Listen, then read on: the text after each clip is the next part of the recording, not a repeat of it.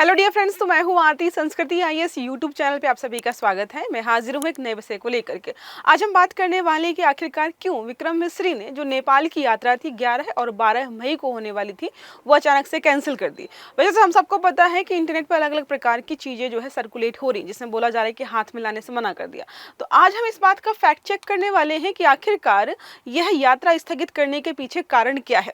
हम सब ने जो है कुछ दिन पहले मानसरोवर की यात्रा वाला आर्टिकल पढ़ा था, जिसमें आपने देखा होगा लिपुलेख दर्रे से हम होकर निकलते हैं, जिसमें कि जो है बालन शाह ने बोला था कि ये तो नेपाल का हिस्सा है, तो आप यहाँ से कैसे आ सकते हो। तो बहुत सारे पॉइंट्स को हम चेक करने वाले हैं कि रियल रीजन क्या है आखिरकार यात्रा स्थगित करने के पीछे। इसके अलावा हम एक और भी आर्टिकल जोड़ के पढ़ने वाले हैं एनवायरमेंट से रिलेटेड। जो हमारा है वो हमारा हो जाता है इब का, जो बिग कैट्स समिट होती है और भारत ने ही इसको स्टार्ट किया 2023 में, उसको लेकर के भी हम यहाँ पे बात करने वाले हैं। देखो, 3 आर्टिकल हमारे यहाँ पर मोस्ट इंपॉर्टेंट हो जाते हैं। काठमांडू के जो विजिट थी वो क्यों कैंसिल की गई है, दूसरा हमारा यहाँ पर हो जाएगा इप्का के बारे में, और साथ में जो है चीजें यहाँ पे 1 बाय 1 कवर करते चलते हैं।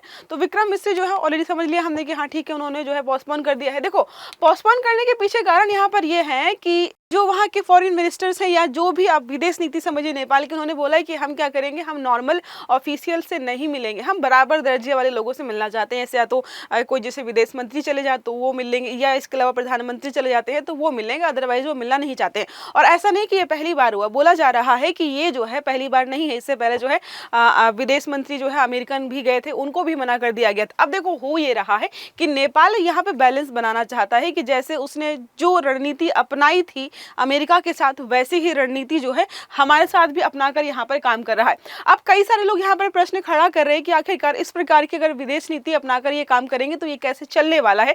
अब सारे जो है 1 बाय 1 कवर करते चलते हैं। हम सबको पता है कि जो ये चुनकर आए हैं किस विचारधारा के साथ यहाँ पर आए हुए हैं। अब यहाँ पर बात करते हैं कैलाश मानसरोवर यात्रा के बारे में। तो हम सबको पता है कि हमने ऑलरेडी बहुत क्लियर कर रखा है कि आप जो है कितने कृत्रिम तरीके से अचानक से ऐसे ही बोलना शुरू करेंगे कि ये इलाका हमारा है, वो इलाका हमारा है। हम इसको नहीं मानेंगे, क्योंकि अगर आप बात करते हैं मानसरोवर जो भी हम करते हैं वो जो है 1954 से लगातार ये यात्रा हो रही है, और जो भी हमारे जो लोग जाते हैं वहां पर वो जाते हैं, तो हम इसको नहीं मानने वाले हैं। और यहाँ पर बोला भी गया है कि अगर इस बात पर कोई जो है मुद्दा है तो हमें बैठ करके बातचीत करनी चाहिए। ये जो है ऑलरेडी हमने क्लियर कर दिया है। अब द्विपक्षीय संबंधों के बारे में बात करें, पहले बात करें तो कौन कौन से ऐसे इलाके हैं जिनको लेकर के नेपाल के साथ हमारा डिस्प्यूट है। आप सबने सुना होगा लिम्पियाधुरा, इसको लेकर तो नेपाल दावा करता ही है। यहाँ पर जो आप ये हल्के कलर का 2 पोर्शन देख रहे हैं, ये नेपाल का दावा कि ये सारा हमारा है। जबकि अगर बाउंड्री के बारे में बात करते हैं, ये रेड वाली बाउंड्री हमारी है, ये हम मानते हैं कि भाई ये जो है इतना पूरा इलाका हमारा है। अब यहाँ पर इसीलिए इसी को लेकर के लंबे समय से विवाद चल रहा है। अब बात कर लेते हैं जो बालन शाह है, जिस उम्मीद के साथ या जिस जेएनयू प्रोटेस्ट के बाद ये निकल करके आए थे, तो उन्होंने क्लियर मैसेज दिया था जनता को कि हम कुछ भी नहीं छिपाएंगे, मतलब समझ रहे हैं, पारदर्शिता रखेंगे। और इसी चीज को ये आगे बढ़ाते हुए इस प्रकार की चीजें कर रहे हैं कि भाई हम किसी भी प्रकार के फॉरेन जो मिनिस्टर्स होते हैं, मिनिस्टर समझ छोड़ दीजिए, जो फॉरेन ऑफिशियल्स होते हैं, इनका मानना है कि हम ब्यूरोक्रेट से नहीं मिलेंगे, और यही यहाँ पे बढ़ाया जा रहा है। तो कूटनीति हमने समझ ली। अब ये जो है सबको बैलेंस करने का प्रयास कर रहे हैं, सभी राजदूतों को एक साथ जो है सरकार की प्राथमिकताओं की जानकारी देकर ये मिसाल बनाना चाहते हैं। अब विदेशी अधिकारियों से दूरी पर विवाद लगातार हो रहा है कि भाई ऐसा क्यों किया जा रहा है। तो यहाँ पर आप समझ लीजिए कि भारत नहीं, अमेरिकन के साथ भी इन्होंने हाथ नहीं मिलाया, उनसे भी मिलने के लिए मना कर दिया था। अब भारत और अमेरिका की नाराजगी की आशंका। अब यहाँ पर समझो, अगर ये जो है हमसे मिल लेते, जो हमारे मिस्री जाने वाले थे वहां पर अगर उनसे मिल लेते, तो अमेरिका को मैसेज आता है कि भाई हमसे तो मना कर दिया था, अब भारत से क्यों मिल रहा है। इस चक्कर से इसने क्या किया, सबको धीरे धीरे मना करना शुरू कर दिया है। अब यहाँ पर नेपाल के लिए हो गई है चुनौती कि वो किसके साथ जाए, अमेरिका के साथ जाए, चीन के साथ जाए, भारत के साथ जाए, किस प्रकार के रिलेशनशिप मेंटेन करे। सबसे बड़ी समस्या यहाँ पर यह है कि जब भी ये चीन या किसी अन्य देश के साथ नजदीकी बढ़ाता है तो क्या करता है, चाहे पाकिस्तान ले लीजिए, ये भारत के साथ जो है दूरियां बढ़ाना शुरू कर देता है। इसका मतलब समझिए कि ये लोग अपनी विदेश नीति को बैलेंस हिसाब से नहीं चला पा रहे हैं। ये जो है यहाँ पर कई बार बोला गया है। अब बात करते हैं इक्वल स्टेटस के बारे में, यही जो है सटेयर के बारे में, और यही जो है यहाँ पर लगभग बार बार बोला जा रहा है। बाकी हमने ये समझ लिया है कि क्या और कैसे काम कर रहा था। अब जो नेपाल की जो प्रधानमंत्री है, ये हमने ऑलरेडी समझ लिया है कि वो जो यात्रा होने वाली थी वो कैंसिल कर दी है, और साथ में इन्होंने ये भी स्टेटमेंट दिए हैं। अब यहाँ पे हमें ये समझना है कि जो हमने इनवाइट किया है, देखो यहाँ पे सारा हो गया कि ठीक है हम कोशिश कर रहे हैं, इतना सब होने के बावजूद भी जो इंडिया हर साल होस्ट करता है बिग कैट्स अलायंस, उसके लिए हमने इन्विटेशन भेजा है नेपाल को। अब प्रश्न यहाँ पर यह है कि आखिरकार नेपाल इसको एक्सेप्ट करेगा कि नहीं करेगा, नेपाल की तरफ से कौन आएगा, ये हम समझेंगे बाद में। पहले हम बात कर लेते हैं बिग कैट अलायंस समिट क्या है, कहाँ पे होने वाली है, क्या इंपॉर्टेंस है।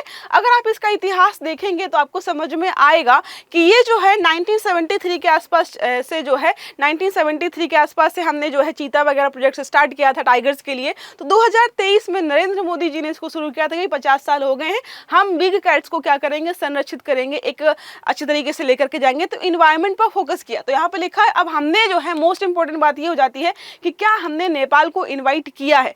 तो इसके जो है 25 परमानेंट मेंबर्स हैं और इसके अलावा 5 और मेंबर्स हैं जो सिर्फ जो है वहाँ पे ऑब्जर्वर्स के रूप में काम करते हैं। और उन 25 मेंबर्स में अगर आप देखेंगे तो यहाँ पे कौन, नेपाल ऑलरेडी शामिल है, ये ऑलरेडी यहाँ पर बोला गया है। आप देखना चाहे तो देख सकते हैं। ये हमारी न्यूज यहाँ पे PIB में आपको देखने को मिल जाएगी, सिमिलर लिखा हुआ है कौन कौन यहाँ पे आने वाला है। और बिग कैट्स के बारे में बात कर लेते हो तो 7 बिग कैट्स यहाँ पे रखी गई हैं, जिसमें आप अगर समझना है कौन कौन से हैं तो लायन हो गया, टाइगर हो गया, लेपर्ड है, स्नो लेपर्ड है, चीता है, जैगुआर है एंड पूमा, इन सबको यहाँ पे रखा गया है।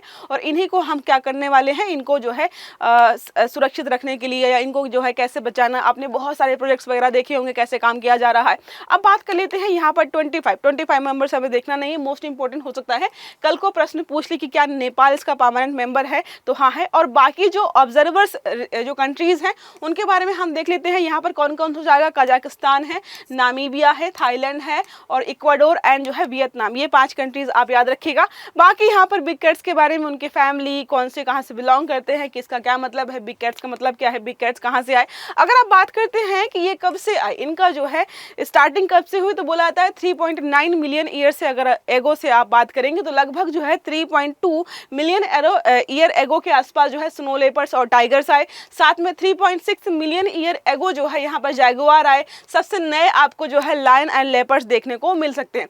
ये सारा यहाँ पे दिया हुआ है, सबकी जो है किस में कहाँ पर सूची में है, जैसे हमारा अपेंडिक्स हो गया, साइट्स हो गया, IUCN हो गया, कहाँ पर किनको रखा गया, ये सारा यहाँ पर डिस्क्रिप्शन बताया गया है। बिग कैट्स की इमेजेस लगी हैं, आप यहाँ से समझ सकते हो कि कौन कौन सा है। अब देखो हमने जो है टोटल 25 कंट्रीज है, उसमें से 14 कंट्रीज ने क्या है, ये जो इन्विटेशन है ये स्वीकार कर लिया है, बाकी धीरे धीरे स्वीकार कर रहे हैं। सबसे बड़ा प्रश्न हमारा यहाँ पर यह रह जाता है कि जब हम इन्वाइट भेज रहे हैं तो चलो ठीक है, हम जा रहे थे नहीं गए, वो कैंसिल हो गया, लेकिन भविष्य में जो ये इब्का होने वाला है 2026 का, इसमें बालन शाह खुद आएंगे या फिर उनके विदेश मंत्री आने वाले हैं, इसको लेकर के अभी भी जो है बहुत बड़ा प्रश्न बना हुआ है।